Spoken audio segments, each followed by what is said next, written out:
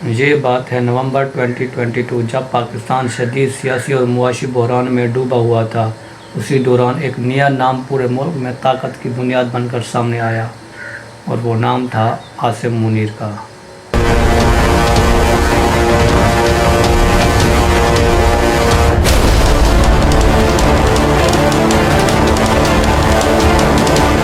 ایسا شخص جسے لوگ پاکستان کا مضبوط ترین فوجی لیڈر کہتے ہیں اور کچھ لوگ اسے اس نظام کا چہرہ سمجھتے ہیں جو ہمیشہ پردے کے پیچھے سے فیصلے کرتے آیا ہے۔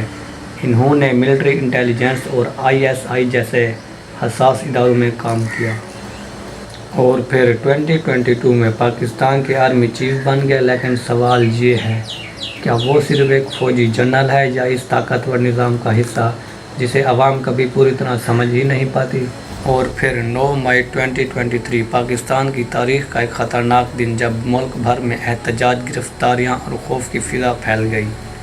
سوشل میڈیا بند، انٹرنیٹ سست اور ہر طرف صرف ایک ہی سوال، اصل طاقت آخر کس کے ہاتھ میں ہے؟ اور کچھ لوگ کہتے ہیں کہ یہ سب ریاست کو بچانے کے لیے تھا، جبکہ دوسرے کہتے ہیں کہ یہ عوام کی آواز دبانے کی ایک مثال تھی۔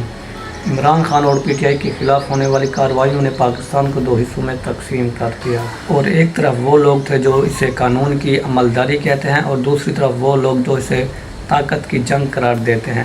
لیکن ڈارک ریئلٹی شاید اس سے بھی زیادہ خوفناک ہے۔ پاکستان میں عام انسان صبح اٹھتا ہے، مہنگائی دیکھتا ہے، بجلی کے بل دیکھتا ہے، بے روزگاری دیکھتا ہے اور پھر اپنی زندگی کی جنگ میں اتنا مصروف ہو جاتا ہے کہ وہ کبھی یہ نہیں سوچ پاتا کہ اصل کھیل کہاں ہو رہا ہے۔ اور کچھ تجربہ کار کہتے ہیں پاکستان میں حکومتیں بدلتی رہتی ہیں، وزیر اعظم بدلتے رہتے ہیں، لیکن اصل نظام کبھی نہیں بدلتا۔ عوام کو صرف وہی دکھایا جاتا ہے جو دکھنا ضروری سمجھا جائے، کبھی میڈیا کے ذریعے، کبھی خوف کے ذریعے اور کبھی حب الوطنی کے نعروں کے ذریعے۔ اور جب کوئی سوال اٹھاتا ہے تو اسے غدار کہا جاتا ہے، ملک دشمن کہا جاتا ہے یا خاموش کر دیا جاتا ہے۔ یہ ہے ہمارا پاکستان۔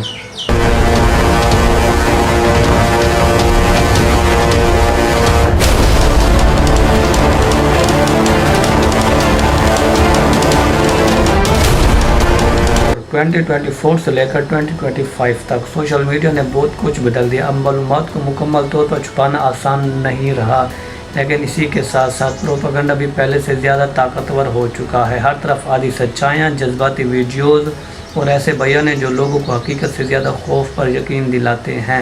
لیکن حقیقت کیا ہے؟ کیا واقعی ملک کو سخت فیصلوں کی ضرورت ہے یا پھر طاقت صرف مزید طاقت حاصل کرنا چاہتی ہے؟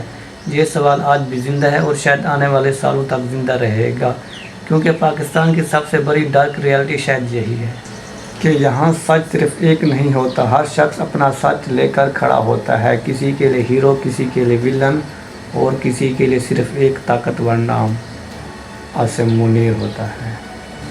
اور شاید سب سے دردناک حقیقت یہ ہے کہ اس ملک کی عوام صرف خبروں پر نہیں جیتی، بلکہ خوف، غصے اور خاموشی کے درمیان زندہ رہتی ہے۔ ایک غریب باپ رات کو بچوں کی دوائی کے لیے پیسے گنتا ہے اور دوسری طرف طاقت کے ایوانوں میں فیصلے ہوتے رہتے ہیں۔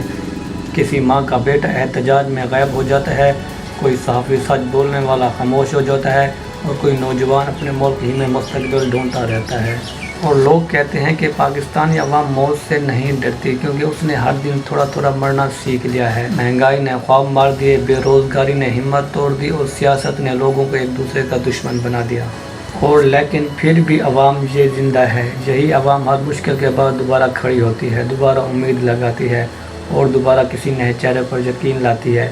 شاید اسی لیے اس ملک کی کہانی کبھی ختم نہیں ہوتی، کیونکہ یہاں لوگ ٹوٹتے ضرور ہیں مگر بکھرتے نہیں۔ اور آخر میں صرف ایک ہی سوال رہ جاتا ہے، کیا کبھی ایسا پاکستان آئے گا جہاں عوام خوف سے نہیں، آزادی سے جیے گی؟